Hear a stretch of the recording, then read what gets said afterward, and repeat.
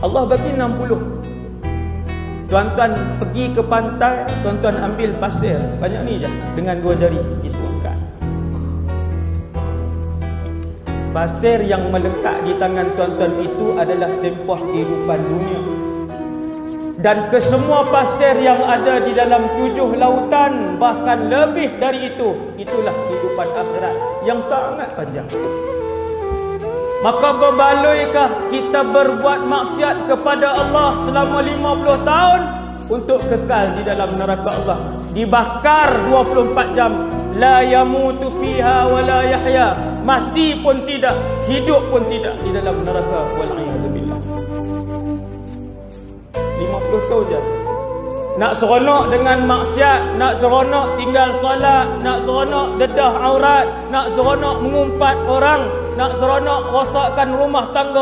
Ayat pertama untuk orang-orang yang mati dalam keadaan tidak bersedia, apabila sahaja mereka diheret ke lubang-lubang neraka di alam barzakh, belum lagi neraka, dipotong leher, dipotong pipinya, berenang di dalam api, dibakar hidup-hidup. Ayat pertama ketika itu kata Allah ialah Rabbirji'un, ya Allah, bagilah peluang kami nak balik ke bumi.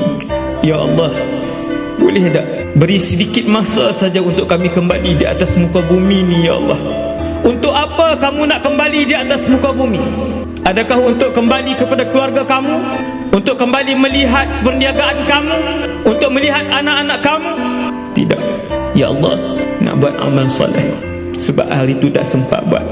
Kalau kalian tidak akan dibenarkan, sesungguhnya itu hanyalah perkataan yang akan kalian sebut sia-sia sahaja, kerana sebentar lagi kalian akan menemui alam barzakh.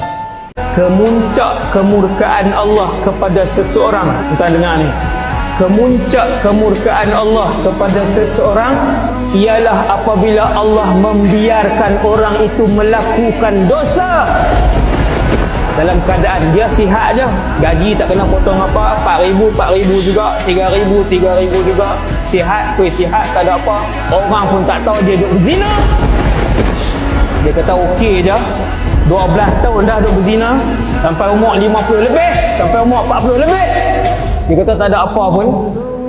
Kata para ulama, hati-hati. Kemuncak kepada kemurkaan Allah kepada seseorang ialah apabila Allah membiarkan kamu melakukan kemungkaran dan Allah tak pernah tegur. Sebab Allah nak membiarkan kamu himpunkan sebanyak-banyak dosa itu dan tidak pernah memberi peluang untuk kamu bertaubat kepada Allah Subhanahu wa ta'ala. Sebab Allah dah benci. Tapi kalau Allah sayang, Allah tegur orang tu, Allah panggil orang tu, Allah campakkan hidayah kepada orang tu, tengah-tengah dia buat maksiat, tengah-tengah perjalanan melakukan maksiat, Allah panggil dia, Allah jentik dia, Allah bagi musibah dekat dia, Allah bagi dia aksiden, Allah bagi dia hilang kerja, kerana Allah sayang. Allah nak kamu kembali kepada Allah. Itu Allah sayang.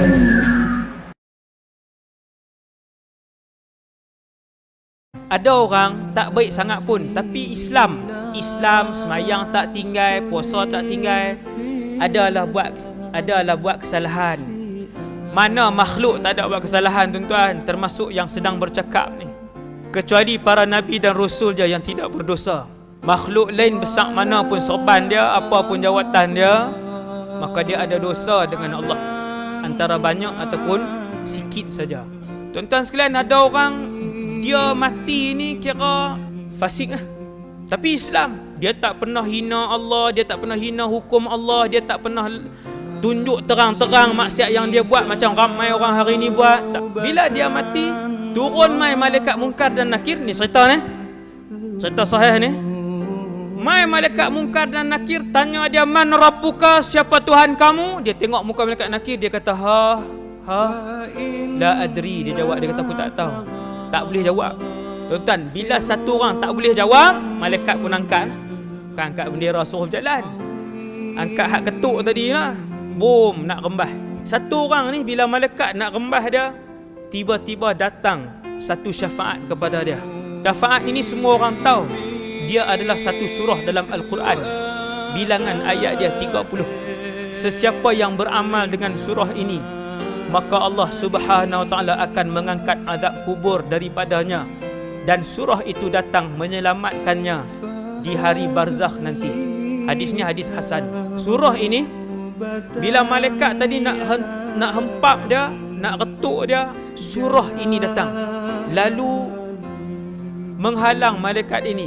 Kata surah ini, kamu tidak boleh memukulnya, kerana Tuhan aku ini adalah orang yang selalu membacakan aku ketika hidup dia dulu di atas muka bumi.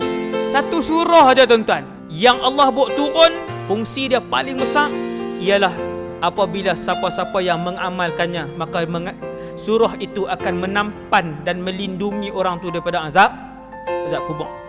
Surah tu mai tahan, dia kata kamu tak boleh pukul dia kerana dia membaca aku dahulu. Tuan-tuan, surah lain tak mai dia ada, setiap surah ni dia ada kelebihan masing-masing.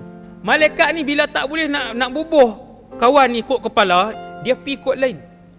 Dia pi ikut bahagian kaki, surah ni pi ikut bahagian kaki. Surah Al-Mulk, tabarakalladzi biyadihil mulk. Bila malaikat ni nak hempuk tuan dia di arah kaki, malaikat ni pi arah kaki, malaikat surah ni kata kamu takkan boleh mengapa-apakan dia. Kemudian malaikat pi arah lain, dia pi arah lain, malaikat pi arah lain, dia pi arah lain. Begitulah surah ini melindungi tuan yang selalu membacanya ketika hidup di dunia dahulu dengan izin dan arahan daripada Allah Subhanahu wa taala. Ramai daripada kita nak tidur pegang handphone sejam, tengok Facebook 20 minit, tengok YouTube, tengok Instagram. Itu lain-lain kali terlena macam tu ya. Surah Al-Mulk nak tidur buka baca, bukan lama pun.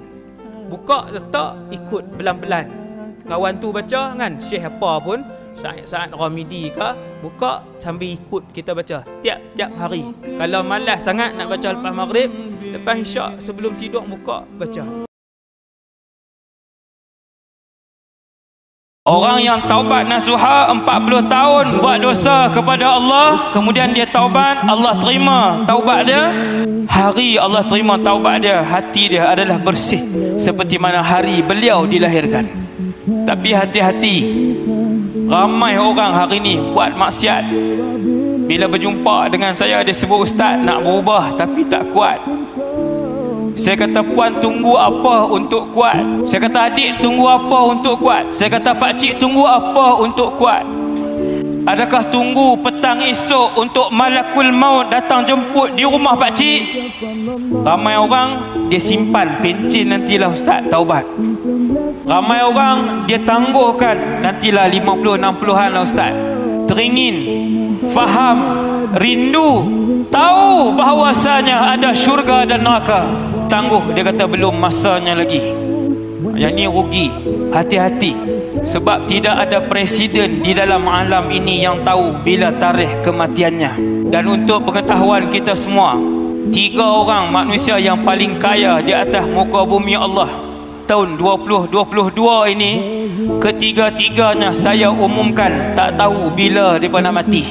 Sebab itu mengembalikan hati dalam keadaan seperti mana Allah menciptakan dia adalah perlu dan mesti dilakukan dengan segera.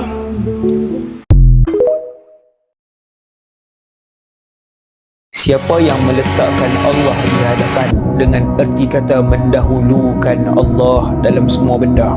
Kalau nak mengadu dengan Allah. Kalau nak merintih dengan Allah. Kalau nak minta dengan Allah. Kalau nak bertanya dengan Allah. Kalau tuntutan harian pun kita utamakan Allah. Ketahuilah Allah akan cepat bersama dengan kita menyelesaikan masalah dan dugaan hidup yang begitu banyak di akhir zaman ni, insya-Allah. Allah akan bimbing kita.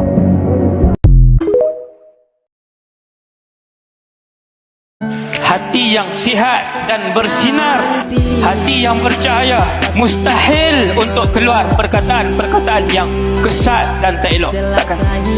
Ini jaminan Allah Subhanahu wa ta'ala. Selama mana mulut kita mengeluarkan perkataan kesat, selama mana mulut kita mengeluarkan perkataan yang sering melukakan hati orang, selama mana mulut kita sering mengeluarkan perkataan dusta, selama mana mulut kita sering mengeluarkan perkataan umpat dan sebarkan aib orang, ketahuilah hati kita bermasalah, ada sudut yang bermasalah. Ketahuilah ada sudut di hati kita yang sangat kotor, yang perlu dibersihkan. Ada, betul. Cari, baiki. Saya dan kita semua. Bulan puasa tak payah cerita, semua orang tahu. Bangun sahur, buka puasa awal, baca doa apa, tarawih, baca Quran. Tapi tak semua hak Allah pilih untuk buat. Subhanallah. Tuan-tuan tahu nikmat apa tu? Yang tu nama dia nikmat hidayah.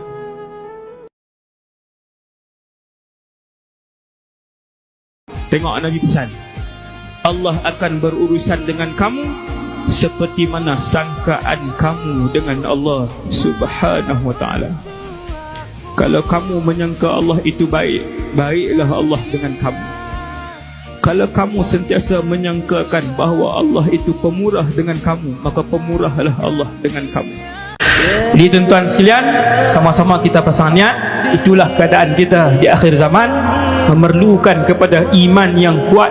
Kerana semakin dekat dengan kiamat, semakin luntur iman umat Nabi SAW, semakin banyak maksiat. Maka pastikan diri kita duduk dalam circle yang Islam, bi'ah Islamiyah, suasana persekitaran yang ingat Allah, kawan-kawan yang ingat Allah, tempat kerja yang ingat Allah, keluarga yang agungkan Allah dan akhirat. InsyaAllah sampai akhir hayat kita selamat kita menyebutkan, mati dalam keadaan menyebutkan La ilaha illallah Muhammadur Rasulullah sallallahu alaihi wasallam.